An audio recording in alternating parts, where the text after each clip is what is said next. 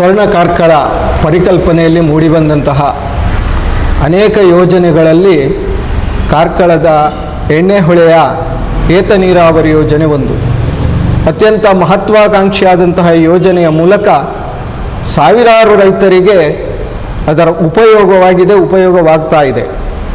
ಆರಂಭದಲ್ಲಿ ಈ ಯೋಜನೆ ಆಗುವಂತಹ ಸಂದರ್ಭದಲ್ಲಿ ಮಾನ್ಯ ಶಾಸಕರು ಸುಮಾರು 2-3 ವರ್ಷಗಳ ಕಾಲ ನಿರಂತರವಾಗಿ ಅಧಿಕಾರಿಗಳೊಂದಿಗೆ ಅಧ್ಯಯನವನ್ನು ಮಾಡಿ ವಿಧಾನಸಭೆಯಲ್ಲಿ ಈ ಬಗ್ಗೆ ಧ್ವನಿಗಳನ್ನು ಎತ್ತಿ ಸಚಿವರ ಗಮನವನ್ನು ಸೆಳೆದು ಕಾರ್ಕಳ ತಾಲೂಕಿಗೆ ಅತ್ಯಂತ ಮಹತ್ವದ ಒಂದು ಯೋಜನೆಯನ್ನು ತರಿಸಿದ್ದಾರೆ. ಅಂತಹ ಸಂದರ್ಭದಲ್ಲೂ ಕೂಡ ವಿರೋಧ ಪಕ್ಷದವರು ಅಡ್ಡಿಯನ್ನು ಪಡಿಸಿಕೊಂಡು ಈ ಯೋಜನೆ ಆಗಬಾರದು ಎಂಬ ಉದ್ದೇಶವನ್ನು ಇಟ್ಟುಕೊಂಡು ಹೋರಾಡಿದವರು. ಅನೇಕ ಪ್ರತಿಭಟನೆಗಳನ್ನು ಕೂಡ ಅಲ್ಲಿ ಮಾಡಿದ್ದಾರೆ. ಆದರೆ ಅದರ ಪ್ರಯೋಜನವನ್ನು ಇವತ್ತು ಅಲ್ಲಿಯ ಹತ್ತಿರದ ಆ ಸ್ವರ್ಣ ನದಿ ತಟ ಪ್ರದೇಶದ 2 ಗ್ರಾಮಗಳು ಅಥವಾ ಇನ್ನಿತರ ಗ್ರಾಮಗಳು ಕೂಡ ಅದರ ಪ್ರಯೋಜನವನ್ನು ಪಡಿತಾ ಇದೆ. ಆ ಪ್ರಯೋಜನದಿಂದ ರೈತರು ಇವತ್ತು ಸಂತಸದಿಂದಿದ್ದಾರೆ. ಇವತ್ತು ಆ ನೀರಿನ ಮೂಲಕ ಅನೇಕರು ಸಾಗುವಳಿಗಳನ್ನು ಭತ್ತ ಕೃಷಿಯನ್ನು ಮಾಡ್ತಿದ್ದಾರೆ. ಮುಖ್ಯವಾಗಿ ಭತ್ತ ಕೃಷಿಯನ್ನು ಪುನರುಜ್ಜೀವನಗೊಳಿಸುವುದೇ ಆ ಯೋಜನೆಯ ಉದ್ದೇಶವಾಗಿತ್ತು. ಇವತ್ತು ಆ ಯೋಜನೆಯನ್ನು ನಂಬಿಕೊಂಡು ಅನೇಕ ಆ ತಟ ಪ್ರದೇಶದ ಅನೇಕ ಪರಿಸರದ ಜನರು ಭತ್ತ ಕೃಷಿಯನ್ನು ಹೊಸದಾಗಿ ಮಾಡಿದರು. ಆದರೆ ದುರದೃಷ್ಟಕರ, ಮೊನ್ನೆ ಸುಮಾರು ಒಂದು 10-15 ದಿನಗಳ ಕಾಲ ನೀರು ಹೋಗ್ತೀವಂತೂ ಒಮ್ಮೆಲೆ ವಿದ್ಯುತ್ ಸಂಪರ್ಕದ ಕಡಿತದಿಂದಾಗಿ ಅದು ನೀರು ಹೋಗುವುದನ್ನು ನಿಲ್ಲಿಸಲಾಗಿತ್ತು.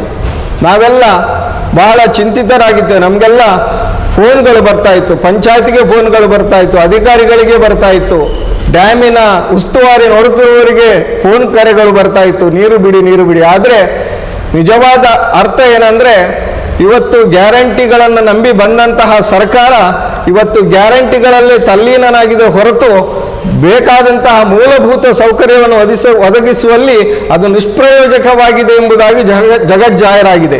ಅಂದರೆ ವಿದ್ಯುತ್ ಬಿಲ್ಲನ್ನು ಕಟ್ಟದೆ ಇವತ್ತು ಡ್ಯಾಮಿನ ಸಂಪರ್ಕವನ್ನು ಕಡಿತಗೊಳಿಸಲಾಗಿದೆ. ಹಾಗಾಗಿ ನೀರನ್ನು ಬಿಡಲಿಕ್ಕೆ ಆಗಿರಲಿಲ್ಲ. ಹಾಗಾಗಿ ತುಂಬ ಕೃಷಿದ ಗದ್ದೆಗಳು ಒಣಗಿ ಹೋಗಿದೆ.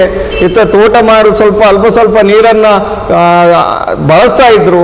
ಆ ನೀರು ಬಳಸದೆ ತೋಟಗಳಿಗೆ ನೀರು ಉಣಿಸದೆ ರೈತರು ಕಂಗಾಲಾಗಿದ್ದು, ಗದ್ದೆ ಎಲ್ಲ ಒಣಗಿ ಹೋಗಿತ್ತು. ಇಂತಹ ಸಂದರ್ಭದಲ್ಲಿ ಭಾರತೀಯ ಜನತಾ ಪಕ್ಷ ಅತ್ಯಂತ ದುಃಖದಿಂದ, ಯಾಕಂದರೆ ನಾವೇ ಆ ಯೋಜನೆಯನ್ನು ಜನತೆಗೆ ಒಪ್ಪಿಸಿದ್ದು, ನಾವೇ ಲೋಕಾರ್ಪಣೆಗೊಳಿಸಿದ್ದು, ನಾವೇ ಅದರ ಹಿಂದೆ ಹೋರಾಟಗಳನ್ನು ಮಾಡಿ ಕೆಲಸ ಕಾರ್ಯಗಳನ್ನು ಮಾಡಿ ಆ ಡ್ಯಾಮ್ ನಿರ್ಮಾಣದಲ್ಲಿ ಪ್ರಮುಖ ಪಾತ್ರವಾಗಿ ನಾವೇ ವಹಿಸಿಕೊಂಡಿದ್ದೆವು. ಆದರೆ ಆ ಡ್ಯಾಮಿನ ಎದುರೇ ನಾವೇ ಪ್ರತಿಭಟಿಸಬೇಕಾದಂಥ ಅನಿವಾರ್ಯತೆ ನಮಗೆ ಅತ್ಯಂತ ದುಃಖದಿಂದ ನಾವೆಲ್ಲ ಒಟ್ಟಾಗಿದ್ದೆವು. ಇವತ್ತು ನಾವು ಅಲ್ಲಿ ಪ್ರತಿಭಟನೆಯನ್ನು ಮಾಡಿ ಸರ್ಕಾರಕ್ಕೆ ಬಿಸಿ ಮುಟ್ಟಿಸಬೇಕೆಂಬ ಉದ್ದೇಶವನ್ನು ನಾವು ಹೊಂದಿದ್ದೆವು. ಆದರೆ ಆ ಸಂದರ್ಭದಲ್ಲಿ ಕೆಲವು ಕಾಂಗ್ರೆಸ್ಸಿನ ನಾಯಕರು ಬೇರೆ ಬೇರೆ ಒತ್ತಡಗಳನ್ನು ಹಾಕಿ ಇಂದು ಒಂದು ದಿನ ಮುಂದೂಡುವಲ್ಲಿ ಸಫಲರಾಗಿದ್ದಾರೆ ಅಂದರೆ ನಮಗೊಂದು ನೆನಪಾಗ್ತದೆ.